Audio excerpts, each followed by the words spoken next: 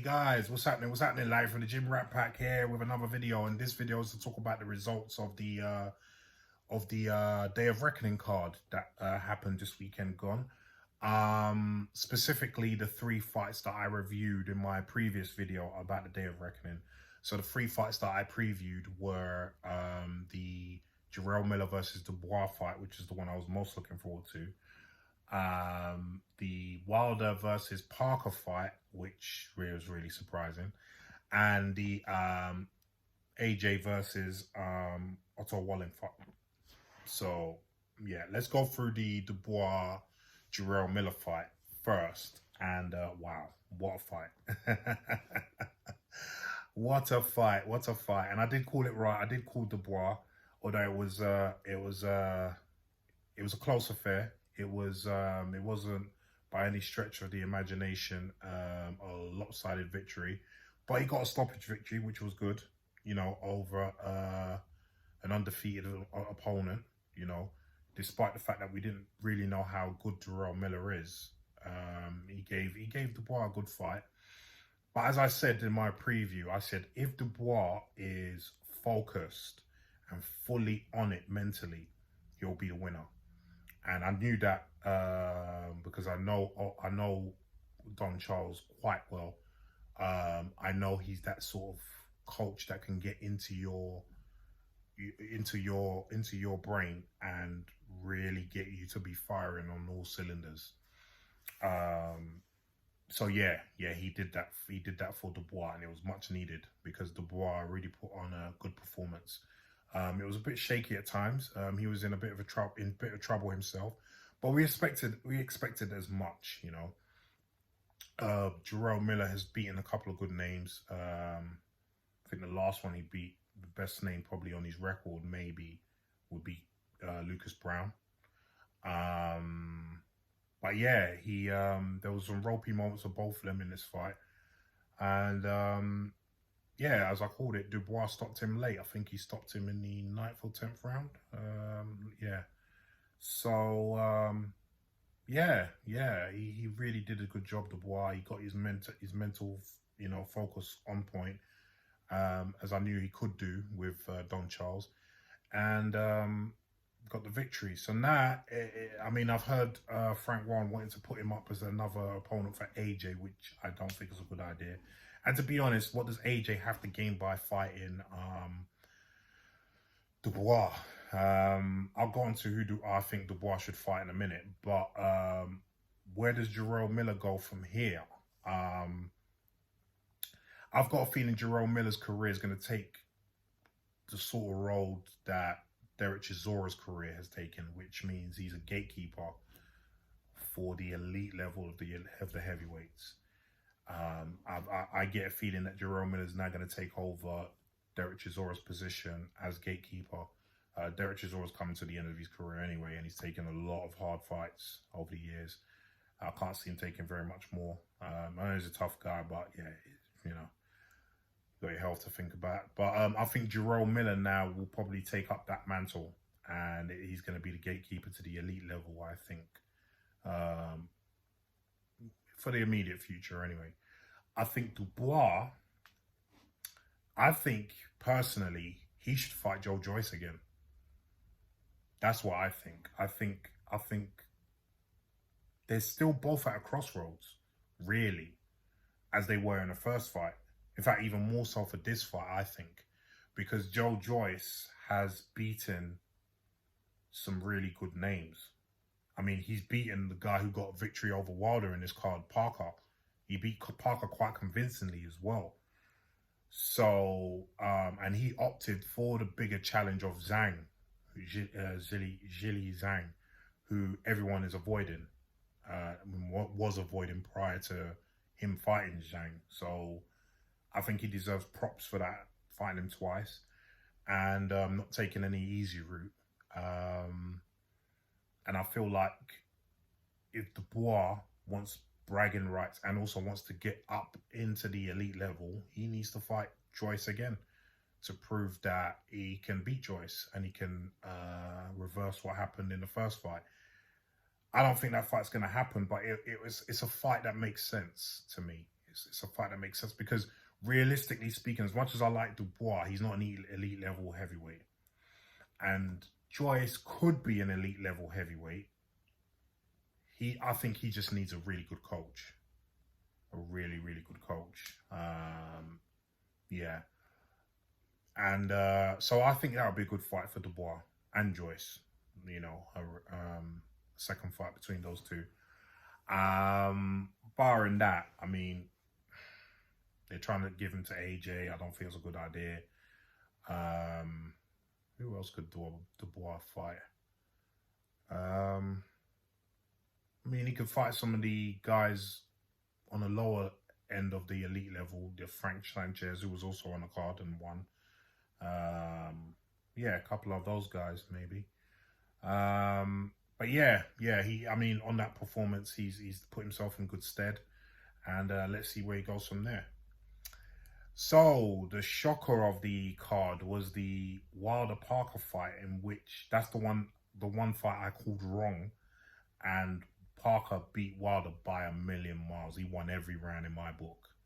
Yeah. I mean, I still stand by what I say, that Parker doesn't live the life, or as far as I know, he doesn't live the life. Maybe his lifestyle's changed now. But from what I knew, up until very recently, Parker didn't live the life. But it seems like the same can be said for Deontay Wilder, him talking about how he was, you know, using certain things, and yeah, he's got the dog out of him now, you know. Yeah, he doesn't seem the same fighter. He really doesn't. I think the combination of Fury beating him at all those fights with Fury took a lot out of him, and then him going on this so-called spiritual journey with his substances. Yeah, I think even he himself admits that here that he hasn't got that dog in him anymore, and yeah, it looked that way. It looked that way because Parker beat the crap out of him. I'm not gonna lie, Parker beat the crap out of him, and yeah, a lot of people are saying that Wilder should retire now. And while I understand some people saying, why should he retire? He's only just lost this fight, and what, you can't tell someone to retire off the back of one loss. While I understand that, I understand why people are saying that he should retire, and I'm one of them, because let's be honest, Wilder is not the most skilled heavyweight, far from it. But what he did have was friggin' tremendous power in those hands, and stubbornness and heart. That stubbornness has now been taken out of him for whatever reason. And when you haven't got that as a puncher, as a limited puncher, what else do you have?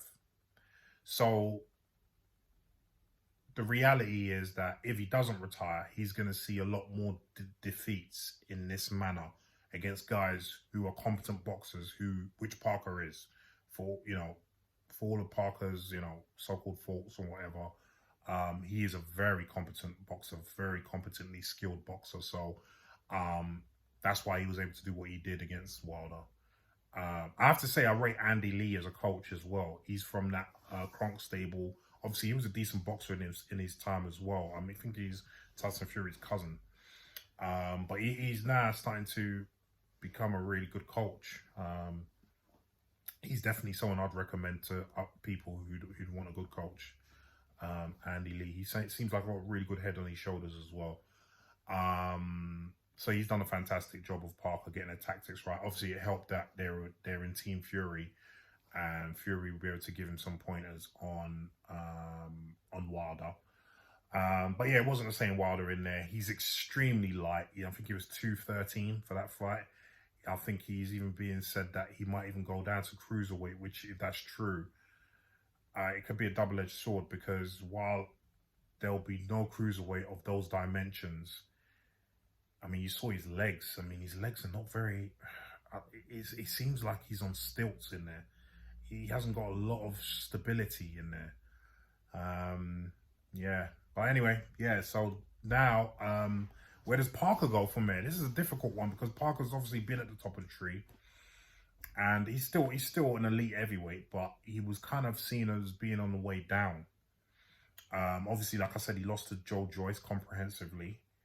But he's picked up a couple of wins here and there, and which allowed him to get this fight. And now he's beaten Wilder, which he's really upset the apple cart, because obviously Wilder was signed to fight AJ next, and don't know if that fight's now going to take place.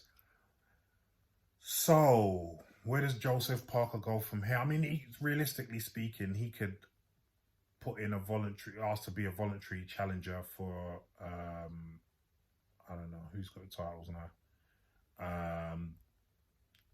Potentially the winner of Usyk Fury, if there's no rematch, or he can work his way up the ranks again for a title shot, mandatory title shot. So it all depends. It all depends. It all depends also what AJ's doing. I mean, because AJ, it's been said that AJ might not take the Wilder fight now, because obviously Wilder lost comprehensively, and just go for Filip Hrgović for the vacated IBF, because apparently the IBF will be vacated once the fight with Usyk and Fury goes ahead. So that'll be interesting.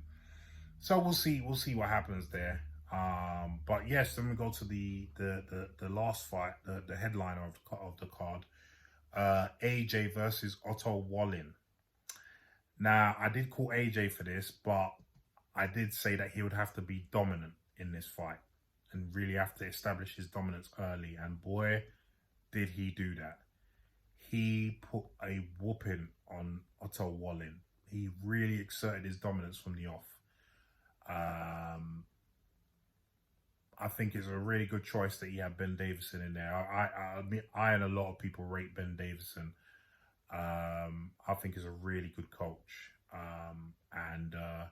Yeah, he got the job done in emphatic style, beating him with very little discomfort, you know, as opposed to how Fury beat Otto Wallin. Now, we know that doesn't really mean anything in the grand scheme of things. Styles makes fights, but it'll give him that confidence boost at least. It'll give AJ that confidence boost that, yeah, he beat someone who Fury struggled with. So that'll be an interesting point. Yeah, he just completely dominated Otto Wallin. He completely dominated him. You know, so AJ, for me, I think he should fight Wilder, because obviously Fury and Usyk are going to be tied up with their fights, because they're obviously going to have a rematch as well.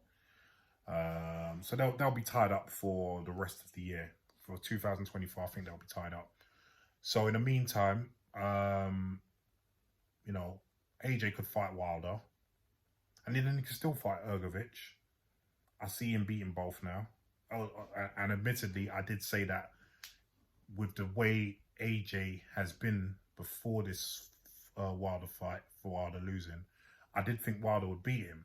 But now I have to say that I obviously now would pick AJ. That's how things work sometimes, you know. But yeah, I would say AJ beats Wilder definitely now, especially that he's mentally on you know, on top of things. And that's the kind of AJ that we wanted to see. We wanted to see a dominant AJ go out there and you know, really destroy opponents, but methodically, obviously, which he did, which I was really pleased to see, actually. I was really pleased to see that. So, you know, that's the kind of AJ that we know can give anyone, it doesn't matter who it is, a run for their money. You know what I mean? So I think AJ should probably fight Wilder again. Fight Wilder, and then fight Hrgović for the IBF, and then fight the winner of Usyk and Fury. Actually, not fight the winner, just fight Fury. I think that's the fight they should sort out, whether Fury beats Usyk or not. I doubt he will beat Usyk, but you know, stranger things have happened. But a lot of people are talking about how this card has fully shown how overrated Fury is, because his best excuse me.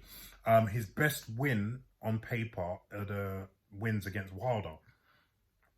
And now Wilder has been comprehensively beaten by Parker.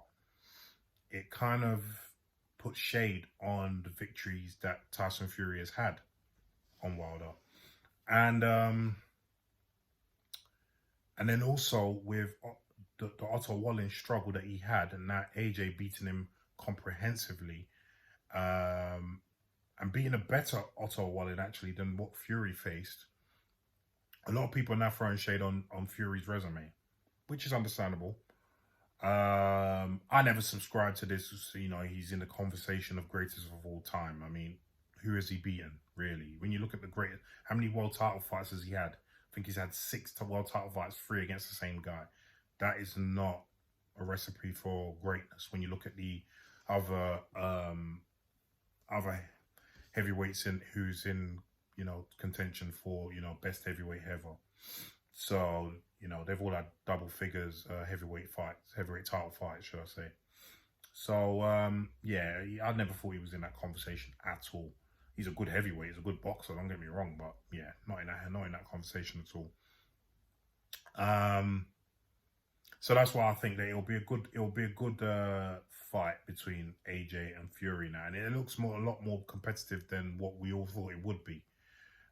If they ever did fight. So now that the Wilder fight is not going to have as much cha-ching as we thought it might do, because obviously he's now lost to Parker, they should look at that and think, yeah, let's try and make this Fury versus AJ fight no matter what, you know.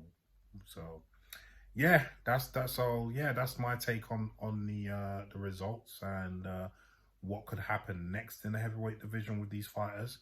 So, guys, let me know what you thought of the card. Let me know what you thought of these fights in particular. And let me know what you think these fighters, the winners and the losers, should do next.